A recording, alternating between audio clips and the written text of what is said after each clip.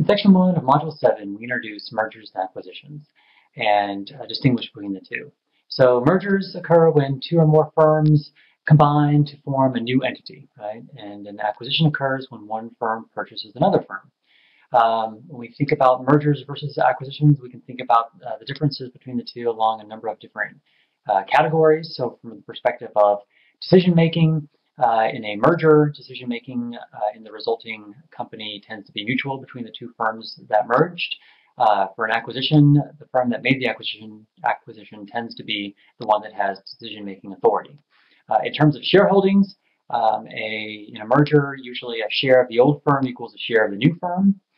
In terms of an acquisition, the acquiring firm takes ownership, and the firm that was acquired has some kind of cash or stock conversion that converts into the firm that made the acquisition.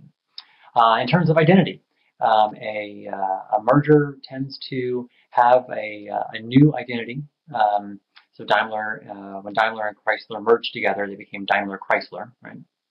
An acquisition tends to have the identity of the firm that makes the acquisition. And so when are mergers and acquisitions successful, or when do they tend to be successful? Well, it usually happens when the two firms that come together have some sort of economies of scale or economies of scope that can be leveraged across the two companies. So this idea of 1 + 1 = 3, right? We get some additional benefit beyond just the two firms coming together. There's some additional capability or economies of scope or economies of scale that can be leveraged across the two firms. When are they not successful?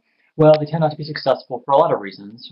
First and foremost, tends to be that they tend to be very expensive, and there tends to be a lot of overpayment for a merger and acquisition.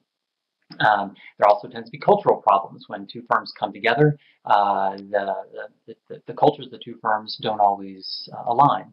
And then finally, through due diligence, firms determine the price of an acquisition. And if that due diligence is not accurate, or the combined products of the new firm aren't what they expect, right? Then the merger or the acquisition tends not to be very successful. And then finally, we finished up this section by talking about what research has told us about why, what three things happen when firms do M&As, right? Basically, we know kind of three rules. One is that the shareholders of the firm that gets acquired, they tend to make money. The shareholders of the firm that makes the acquisition, they tend to lose money. And the employees of the firm that got acquired, they tend to leave the combined firm within about the first year.